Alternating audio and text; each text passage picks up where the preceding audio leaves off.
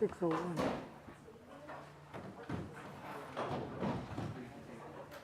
I thought these guys were special if they got a table.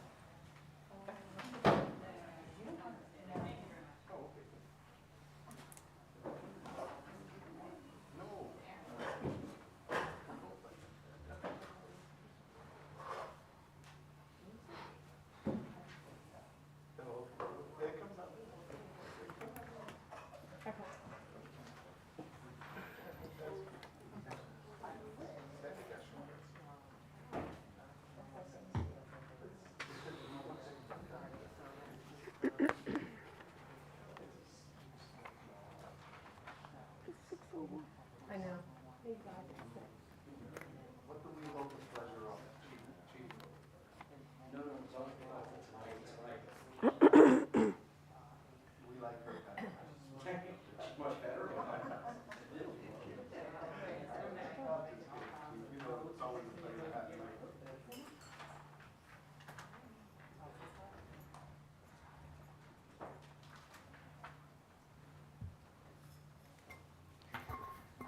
Good evening, everyone. It is 6 p.m. Welcome to our committee meeting for October 26, 2022. At this time, I would like to call the meeting to order. These are committee issues for November 1st and November 15th, 2022 for our legislative agendas. Up first, we have Economic and Community Development, chaired by Vice President Washington. Thank you, Council President Walker. I would like to bring before Council Committee for discussion today. The first one will be a bill amending fiscal year 2022 budget for professional services to be provided by C.S. Davidson for completion of the city's comprehensive plan in the amount of $40,000. Is there anyone here on behalf of the city? Yes, sir. Good evening. Good evening. It's been a while. Because of the fact that our last planner is no longer with us and we're still searching for an adequate person for that position, it's become necessary if we want to continue the comprehensive plan to engage the services of C.S. Davidson to get that finished up. It's substantially complete, but there's still work that needs to be done. I think the number Nona used is about 80% complete. So this $40,000 will go towards C.S. Davidson to complete that plan and get it out to the public and get them engaged in it. Thank you. Does anyone on council have any questions or comments? No. Does anyone in the public have any questions or comments regarding this? Okay. I would like to recommend that this be placed on the agenda for our November 1st meeting. So moved.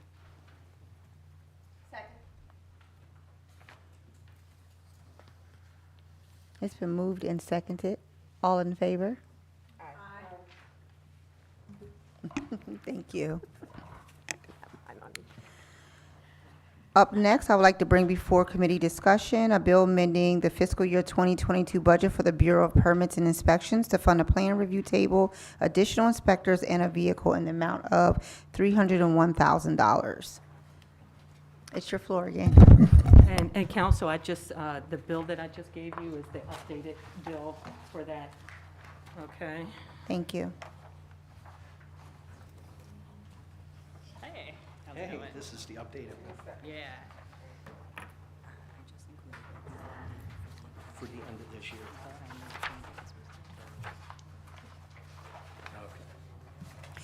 Would, Thank you. would Good you mind, evening, yeah. good evening, would you mind sharing with us as well what the difference is between what you provided to us just now Okay. and what was provided earlier? The one that was given just now is to update for the 2022 budget year. So the salary line items have been adjusted to reflect this year. The amount of the grant request is still at $301,000. It's just that this year the salaries would only amount the salaries and associated costs would only amount to $82,404.90. Thank you. Do you have any other comments or anything else regarding this?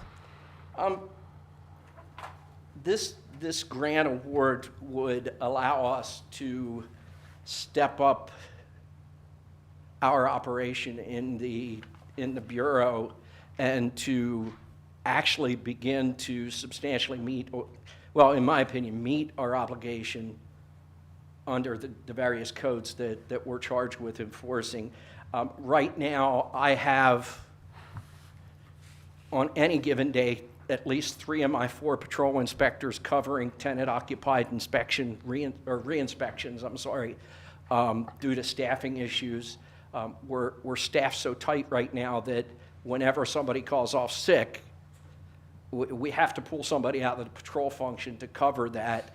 And we'd like to get to a point where we would not have to do that, because I feel like we're truly doing our neighborhoods a disservice.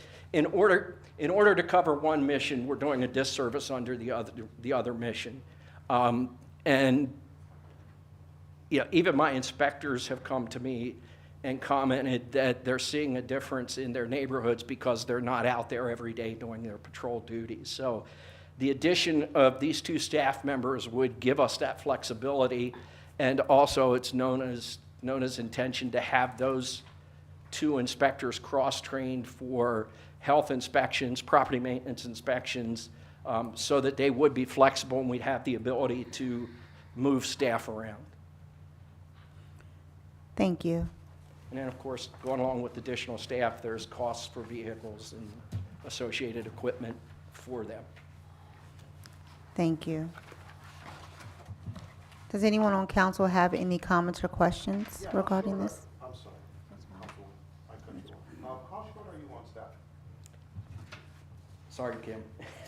I think there's somewhat of a difference of opinion between HR and our bureau. We believe we're actually short 4.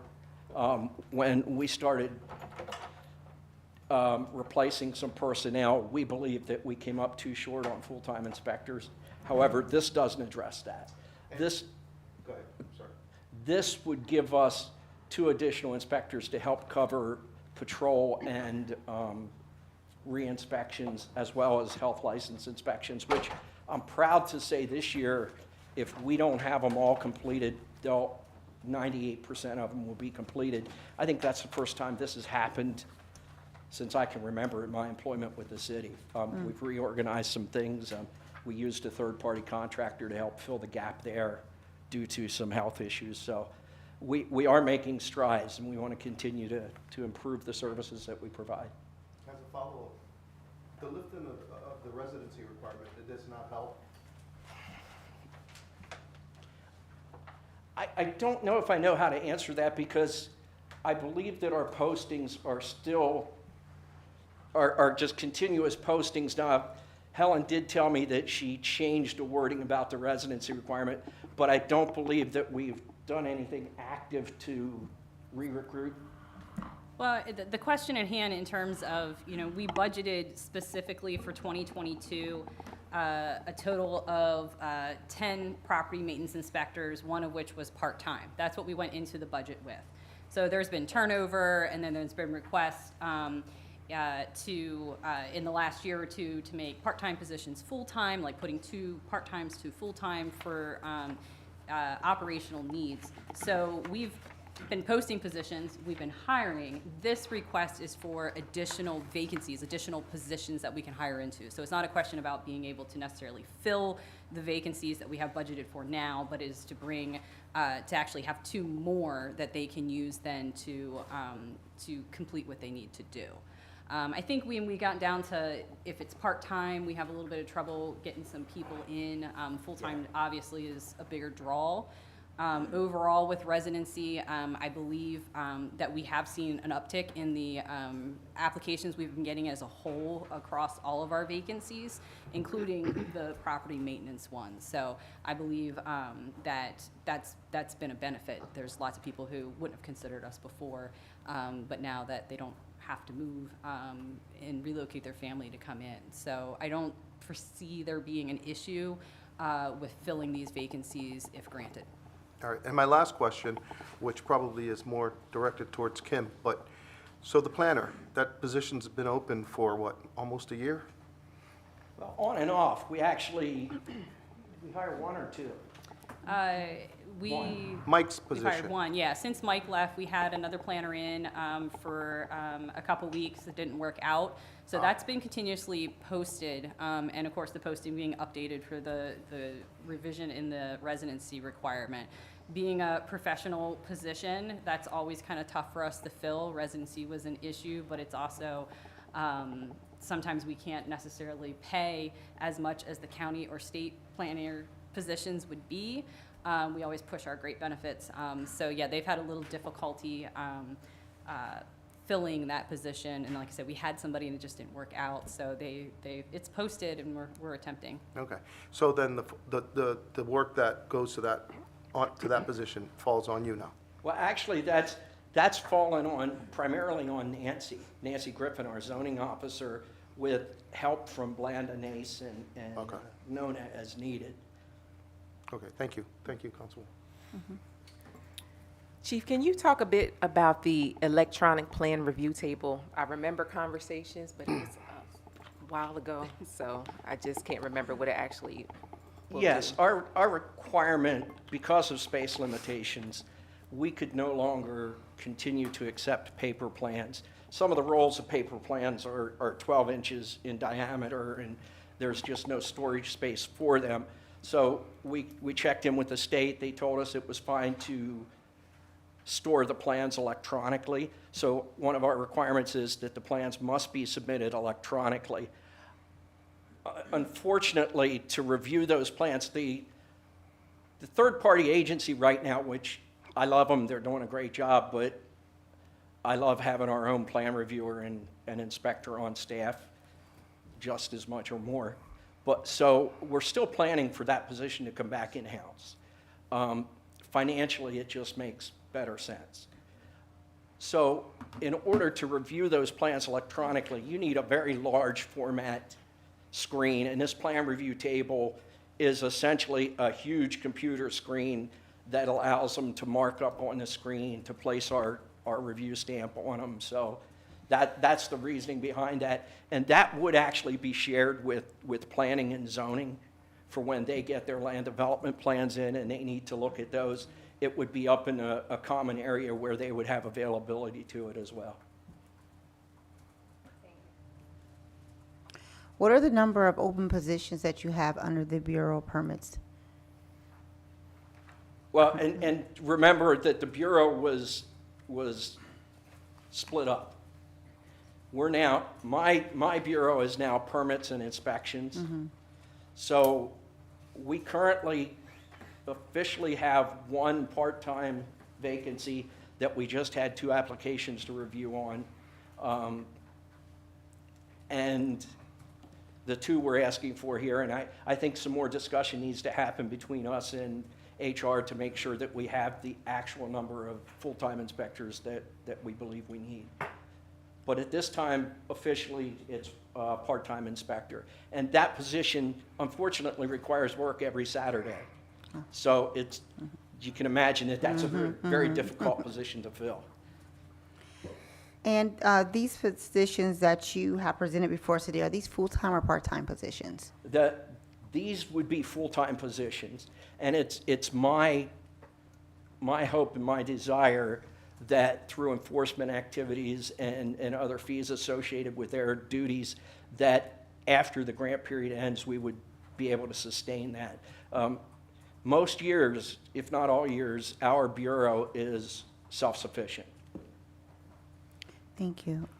And I just have another question regarding the vehicles. I know there's a request in here for another vehicle. What is the current fleet of vehicles that are under your department? We have currently 10 vehicles. So obviously if we, and they're all assigned to personnel. And those 10 vehicles also include the one that we let the zoning officer use as well. So we would need 2 additional vehicles to support those 2 staff members. Thank you. Does anyone else on council have any further questions or comments? Does anyone in the, from the public have any comments or questions? Thank you. Thank you. Thank you. I would like to make a recommendation to, or a motion to place this on the November 1st agenda. So moved. Is there a second? Second. All in favor? Aye. Aye. Thank you. Thank you, Vice President Washington. We will move on to Public Works, chaired by Councilwoman Dennis. Resolution accepting an offer to purchase SR 0083-09 RW, parcel 69 from PennDOT, and the request is $5,800.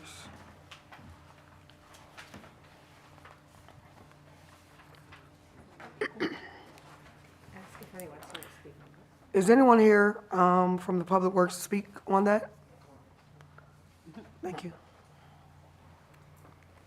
My name is Ashley Eisenbeis. Say your last name again, Eisenbeis, Ashley. E-I-S, E-I-S, E-N-B-E-I-S, B-I-S. B-E-I-S. Yep. So my company is contracted through PennDOT to acquire the right-of-way for the 83 improvement project, which I'm assuming you're all familiar with. If not, I can explain it a little bit better. But we are looking to acquire .219 acre of channel easement on the property that was formerly the sewer authority. I guess you somehow acquired that property recently. So the offer is for $5,800 for that channel easement.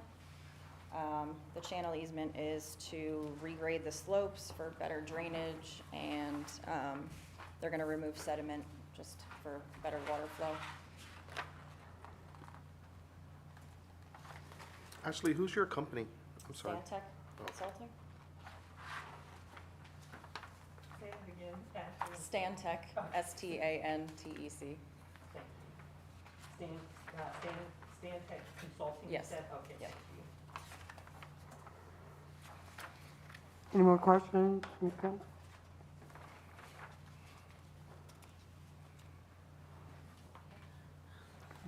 I'm gonna ask that we make a motion to move that to the November 1st meeting as well. So moved. Second.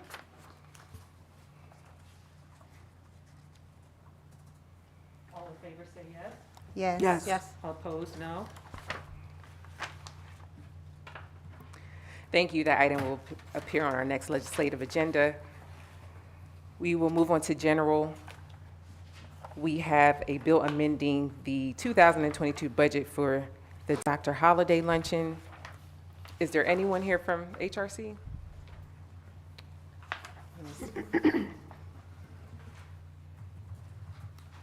I've been working with the Human Relations Commission.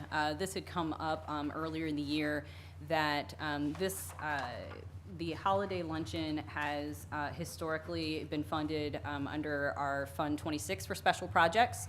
And that's one of those that we use a lot because they get donations and then the actual, I believe, the purchase for the tickets for the event to fund the actual expenses for the event. So we put that in Fund 26 as kind of like, all right, this is the revenue we're getting in, and it's easier to see what expenses are expensed out. So I looked into what has been used, what has been received over the last several years from 2019 to 2021, and then what was expensed in the previous luncheons. And they do have a surplus of $2,672.64.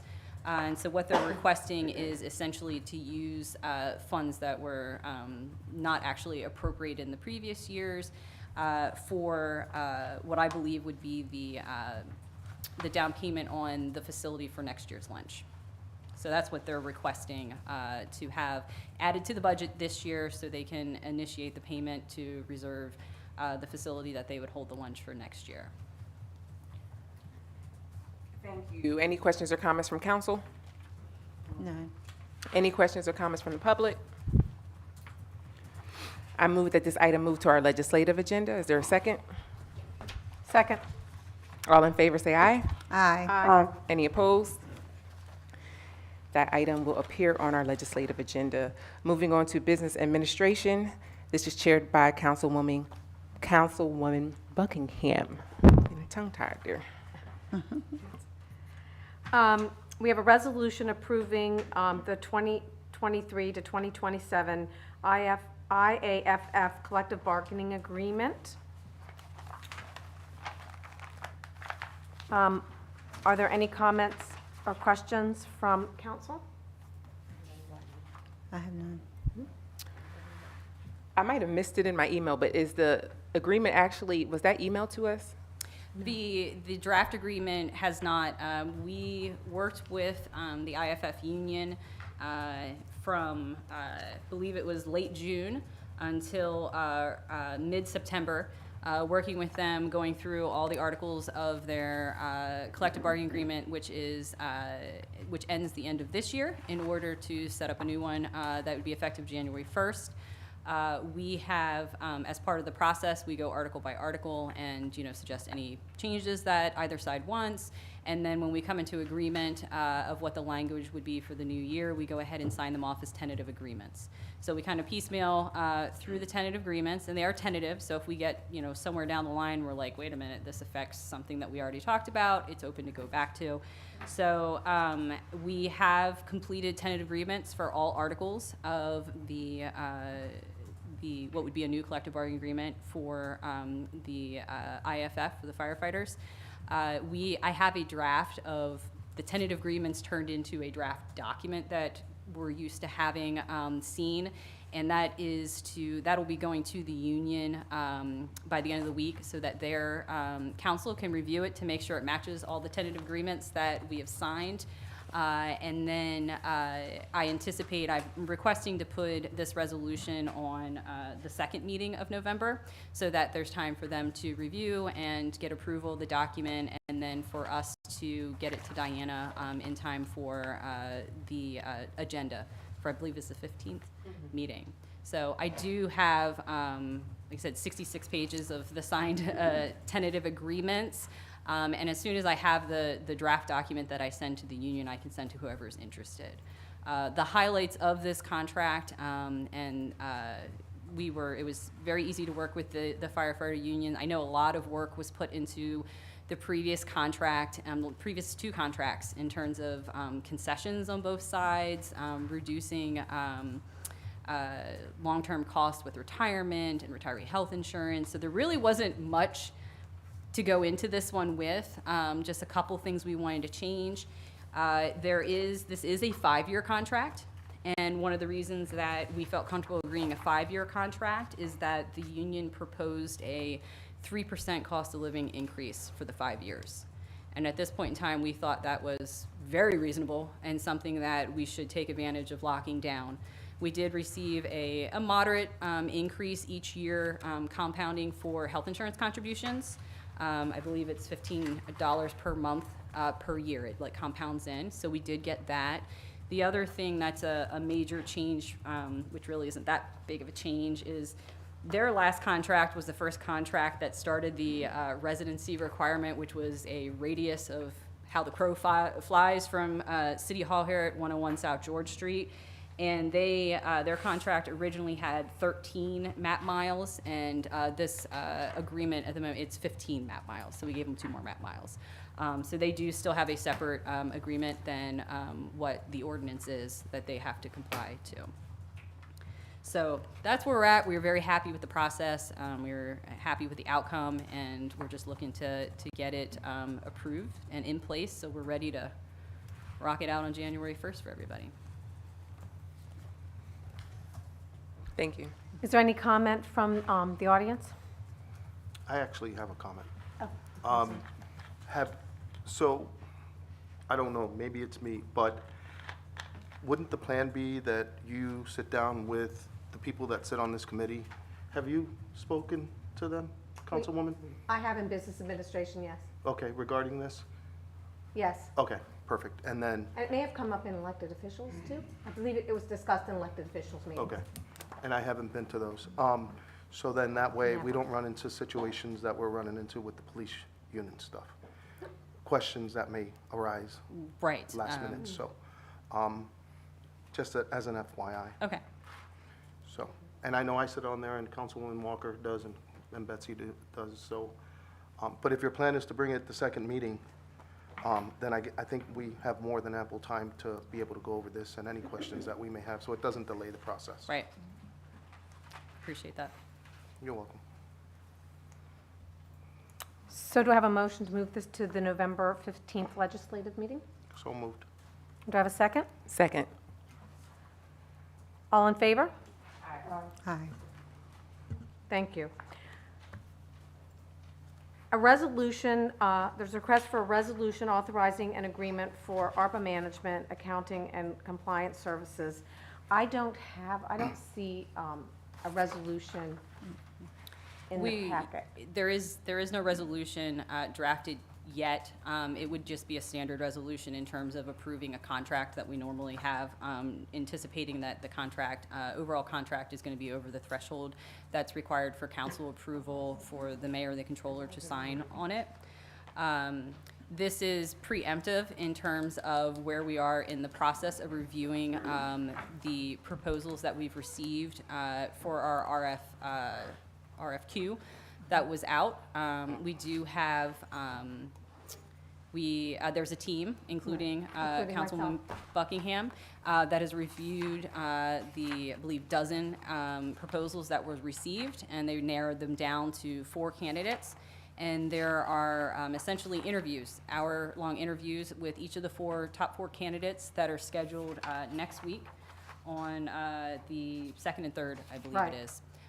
So after that point, we anticipate that past any possible additional, say, follow-up meetings that we would have a candidate in place that we can then work on the details of the contract. So this is another one that we're requesting to be put on the November 15th agenda with the intent that we'll be able to have everything in place to present you the request to give permission for the mayor and the controller to sign off on the contract. And I just want to clarify with my fellow council people, I was not part of reviewing the initial applications that came through, the 12, but I'm included on the interviews for the, I think there are 4. I think Yes. there are 4. And I it's apologize, Wednesday. yes, it's Assistant Business Administrator Dan Hebner has led the process. He received all of them. Tom Ray, the former business administrator who's assisting in management consulting, he's reviewed them. Nona Watson, Director of Department of Economic Community Development, and Scott Miller, the Chief of Staff, were the 4 that reviewed. And my understanding is that they were all very close. It was fairly easy for them to come up with the top 4 candidates. There wasn't a lot of, fighting back and forth. They were very impressed with that, and that's what's been presented. And yes, then we brought Councilwoman Buckingham in so that she'll be part of the interview process. And at this point, I do know that as a team with Councilwoman Buckingham, they're going to work on coming up with the questions that are going to be used for all 4 of the candidates to figure out which one's the best fit for us. Are there any other questions or comments from anyone in the audience?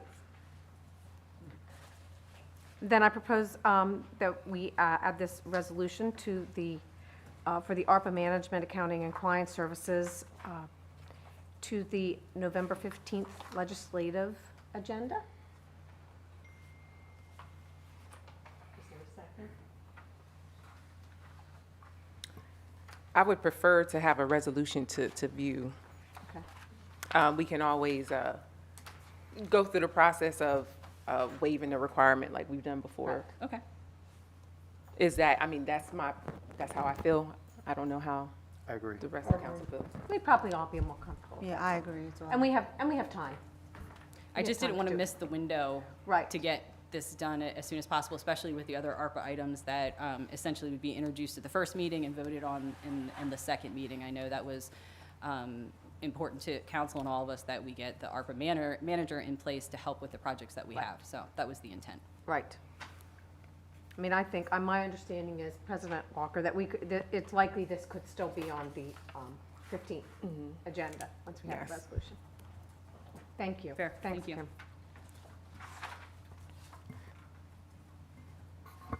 Thank you. Moving on to our next committee, which is police. I'm going to read this because we do have representation in the audience. So bear with me. Council discussed this amendment at its September 28th committee meeting. During the meeting, questions were raised as to why Section 145.01B was being removed. After discussion, it was requested that Section 145.01B remain and the bill be placed on Council's October 4th legislative agenda. Then, at the October 4th meeting, FOP President Praster approached the podium and voiced objection to certain amendments being proposed in the bill.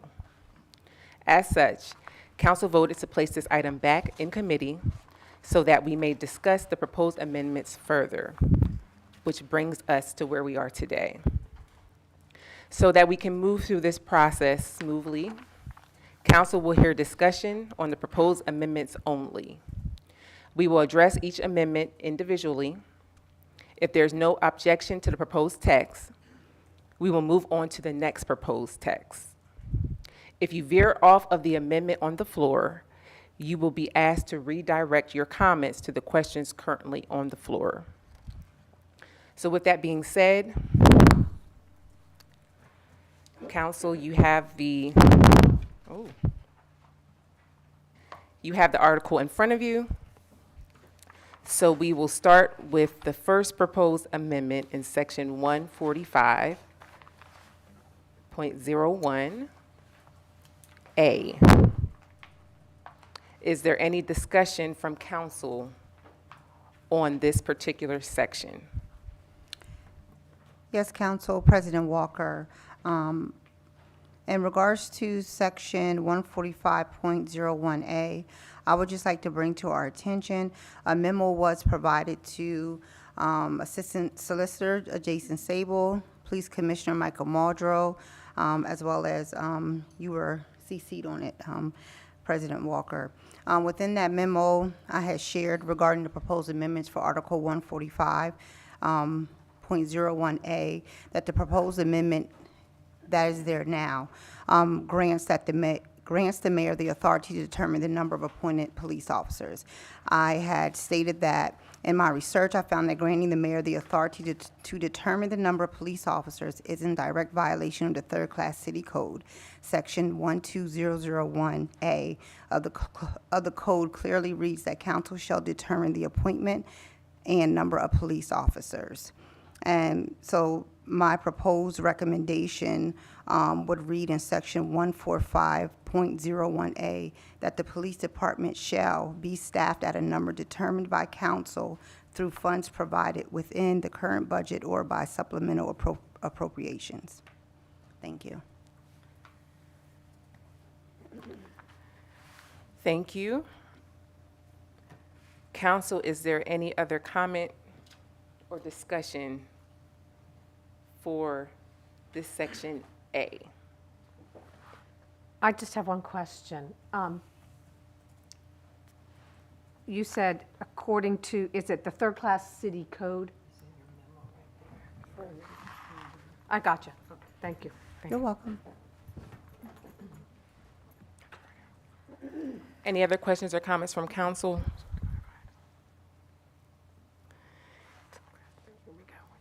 Administration, is there any questions or comments in regards to section 145.01A? I don't believe administration has any concerns about the revision proposed by Vice President Washington. I'd like to say something to Solicitor Hoyt. When this was sent out, I was included in that, the email as well. And at the time, Jason said that if council were to determine a number, that they would have to do that by ordinance. Councilwoman Washington said that it would be done based on how much was approved in the budget. And then he had recommended that if we actually do a number, that we would have to do it by ordinance. And I thought that the ordinance for the budget is what she and I discussed, that once the budget is approved, that pretty much tells you the number, that you know, that's going to be approved for the police department. Would you agree with that, or would you recommend that a number be placed in Article 14501A? No, I would recommend that any specific number be placed in the ordinance. I do agree with your approach that when the budget is debated, discussed, and finalized, there's a number of the officers that you want to have, and that follows it. Thank you. Just to add real quick, with the budget, it was one of those things that obviously I provide the information as to how we came up with the overall salary amount. And that salary amount that's in the budget for the police department includes, there's split between part-time and full-time. So it's all the full-time employees within the police department, including civilians. So when you look at a lump sum amount, and that's what's used to determine, you know, at this point, we have the guide of the number 100 of officers. So obviously, that's what's used as part of the budget process, and their salary is incorporated in with the civilians into that amount. Every time there's a vacancy or a request to, say, fill a position in anticipation of a retirement that's a couple months out, the mayor and the commissioner come to me and say, okay, where we are with the budget, do we have enough funding in order to do this? So that is evaluated every time that a new request for appointment comes to you. So I'm not quite sure with Solicitor Sable if he was looking essentially for kind of how like yearly we determine what the cutoff point is for contracts that have to come, because that's part of the calculation in the, or what we're guided by in the ordinance, that it's determined what it is. I don't believe there's an official, we don't do an ordinance that says, hey, this year it's 60,000. I think literally it's an email that comes out of business administration that says it's, you know, it's $60,000 the cutoff, because it's a calculation of a percentage of our total revenue. So I'm not quite sure when it comes down to if he is requesting that a account is in there. I don't know if that's something that's just once a year that it's done, or done at per request, because there will be times that'll come through that there might be instances, depending on, say, civilian staffing, that we could end up with essentially surplus money that could be put towards a new officer to complete the year out and then to increase for the next year. So you can kind of go by the budget with that, but I just wanted to make sure that you were aware that when the budget is a dollar amount, not necessarily a count of positions.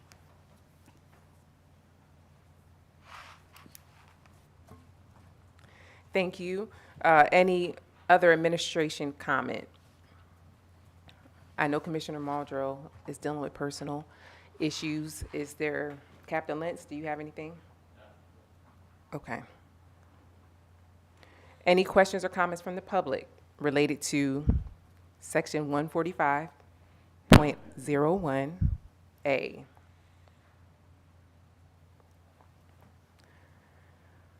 Okay, moving on. Section 145.01B. 145.01E. Are there any questions or comments from council?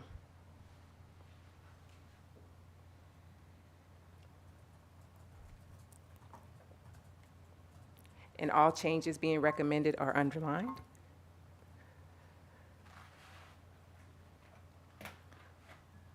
Hearing no questions from council, administration.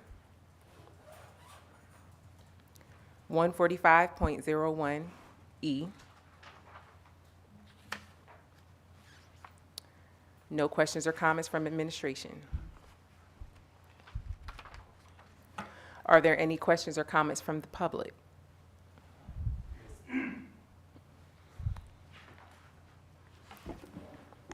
City Council. Good.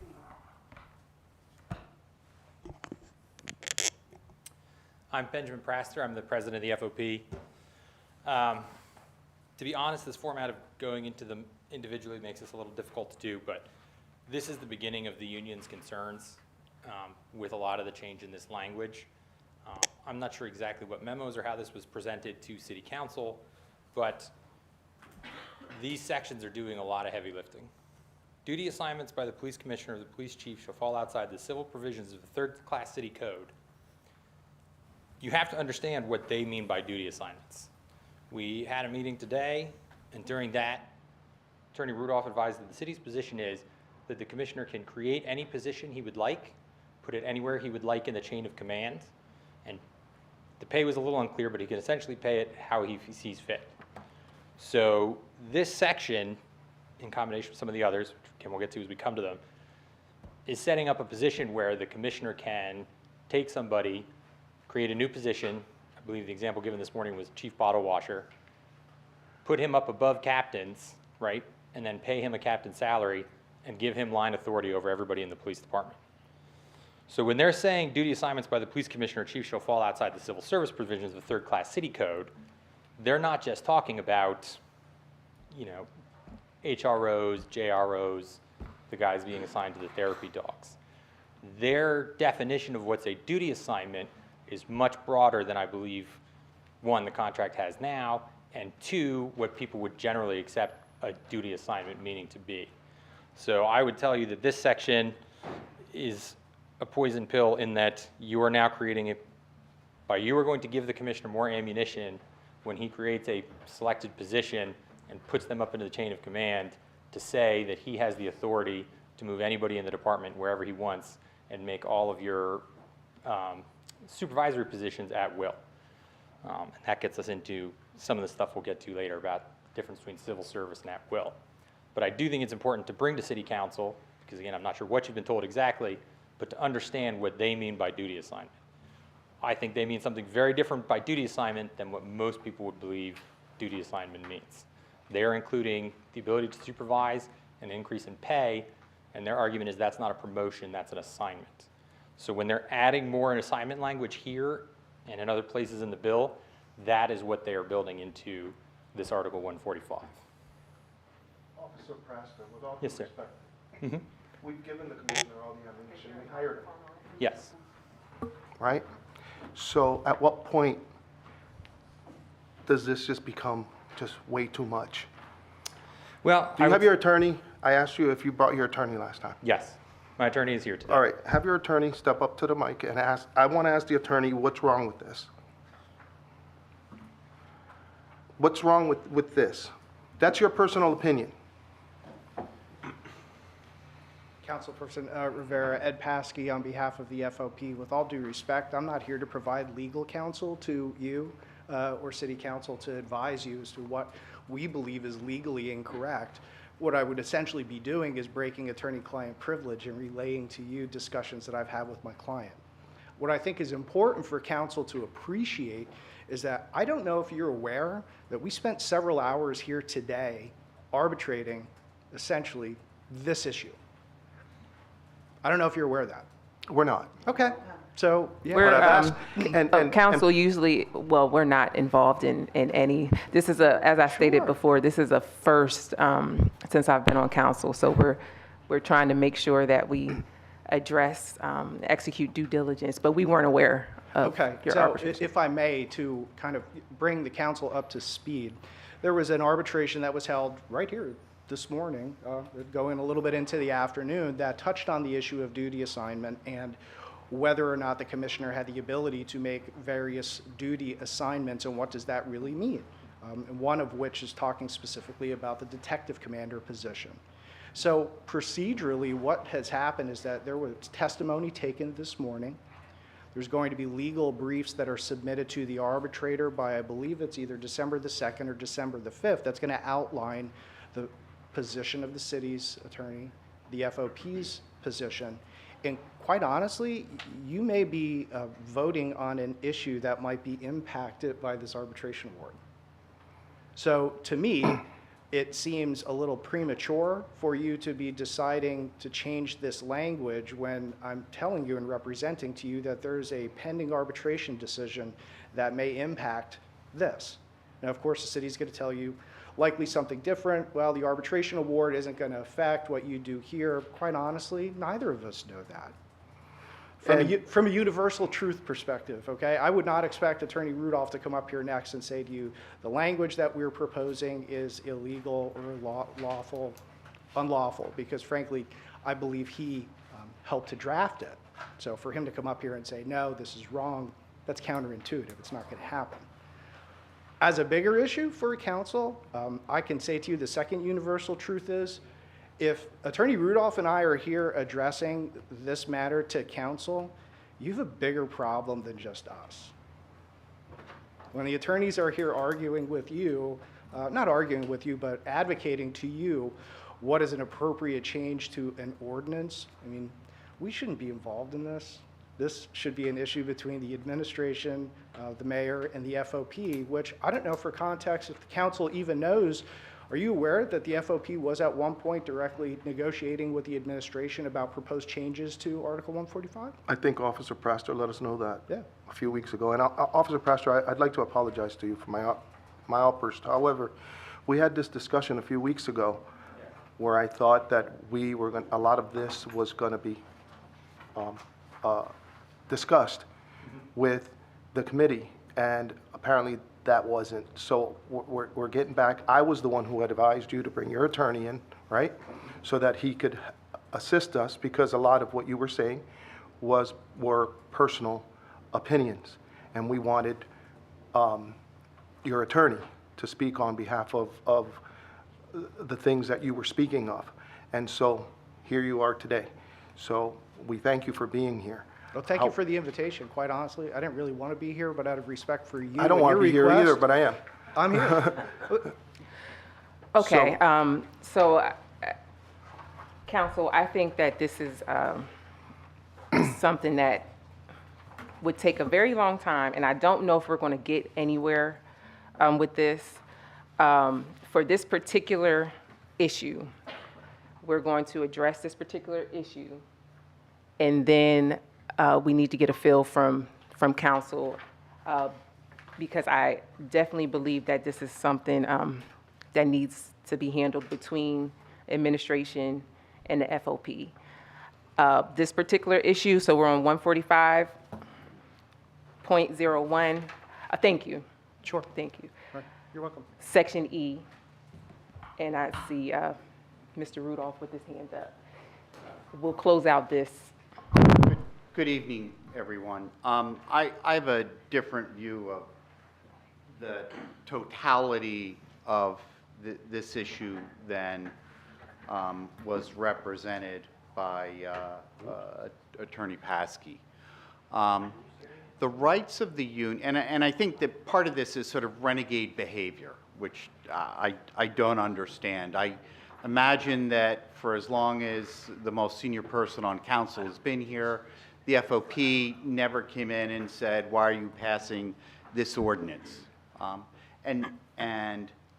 There is, I believe, a complete misunderstanding by current leadership in the FOP as to the scope of their rights and authority. The obligations of the city, the rights of the FOP, and their membership is codified in the collective bargaining agreement, the union contract between the parties. There is a section in that union contract that talks about city ordinances. And I believe that it's been completely misconstrued by certain representatives of the FOP. It says officials, city officials, and employees, city employees, are governed by the laws of the Commonwealth and ordinances of the city, which do not conflict with this collective bargaining agreement. That is the provision in the agreement. The suggestion that somehow any ordinance that's passed changes rights, terms, or conditions of an employee in the bargaining unit, any of the officers covered by the collective bargaining agreement, is simply false. You pass whatever ordinances you deem appropriate. To the extent that the city does something differently, management, the administration does something differently, the issue for the FOP is to review their collective bargaining agreement and ascertain whether they believe there was a violation. You can do whatever you want. With respect to the provisions that you have identified, the draft that I've reviewed, everything set forth in the amended ordinance, as well as the modification discussed this evening regarding section .01, all of those already represent rights that the city has secured in the collective bargaining agreement itself. You can go through the management's rights clause. You can go through the assignment article. There's one article on civil service promotions. There's a different article in the collective bargaining agreement on assignments. And everything that's encompassed in the draft ordinance is already secured as a managerial right under the collective bargaining agreement. But even if, for example, you were going to do something outrageous and say, all the officers get paid $10 an hour, and that was your ordinance. Well, the CBA pays a lot more than that. The issue, any dispute, folks wouldn't be pointing at the ordinance, whether you pass such an ordinance or not. They would say, under the CBA, I get X dollars an hour, and you didn't pay me X dollars an hour. And their rights are secured by the collective bargaining agreement. So when you have a collective bargaining agreement, and this might, circling back to my initial point, that says no ordinance is binding on us where it conflicts with the collective bargaining agreement, at the end of the day, the FOP, they can offer their opinions, but it is irrelevant as to their rights, because their rights are contained in the collective bargaining agreement, and they would always point to that document as to whether they're getting the rights that they're entitled to, the benefits, the terms and conditions of employment. And for that reason, I think the challenges being raised are irrelevant and simply not supported by the collective bargaining agreement. Thank you. I'm happy to answer questions if you have any. Thank you.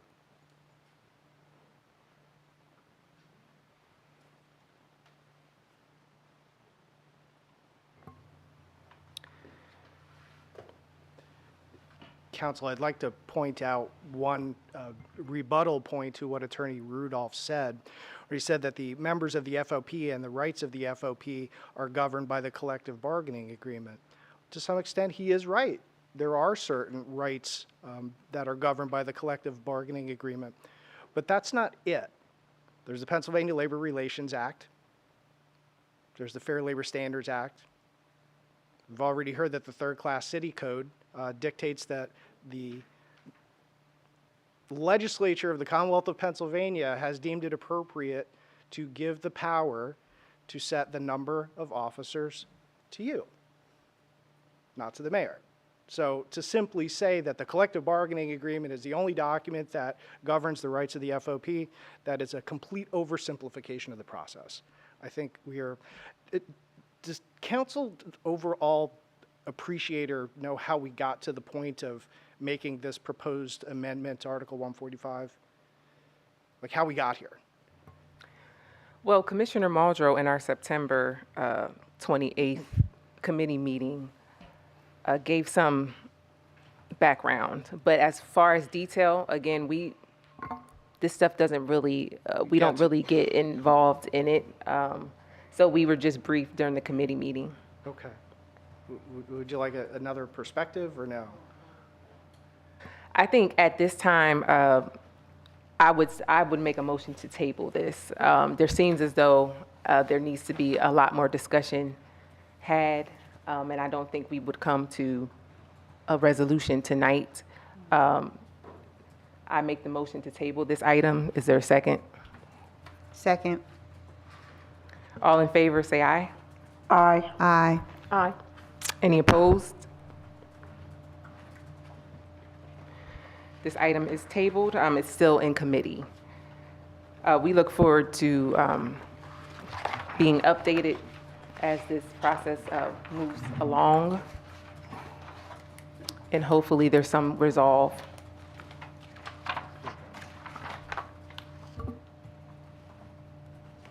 Just that particular one, Councilwoman? Just that particular one? The entire 145, Article 145. Solicitor Hoyt, did you have anything? No, I was, Mr. Rivera asked the same question I had, because there was an agreement, it seemed to me, council to move 14501, but if you want to put everything off the table, obviously, that's certainly your prerogative. Is that okay with council? Everything? Okay. Yes. Okay, moving on. Our next committee meeting will be November 30th, 2022 in council chambers. Committee agenda items are due by November 23rd, 2022. This meeting is adjourned. Have a good night.